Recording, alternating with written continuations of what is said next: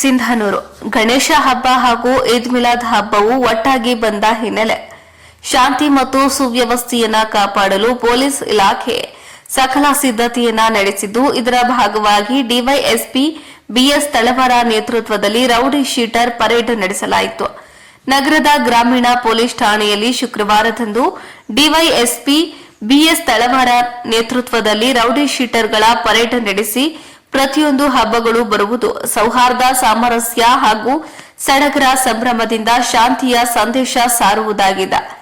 ಗಣೇಶ ಮತ್ತು ಈದ್ ಮಿಲಾದ್ ಹಬ್ಬಗಳಲ್ಲಿ ಯಾವುದೇ ರೀತಿಯಲ್ಲಿ ಶಾಂತಿಗೆ ಧಕ್ಕೆಯಾಗಬಾರದು. ಈ ಹಿನ್ನೆಲೆ ಇಂದು ರೌಡಿ ಶೀಟರ್ ಪರೇಡ್ ನಡೆಸಿದ್ದು, ಪ್ರತಿಯೊಬ್ಬರು ಇದನ್ನ ಅರ್ಥೈಸಿಕೊಳ್ಳಬೇಕು.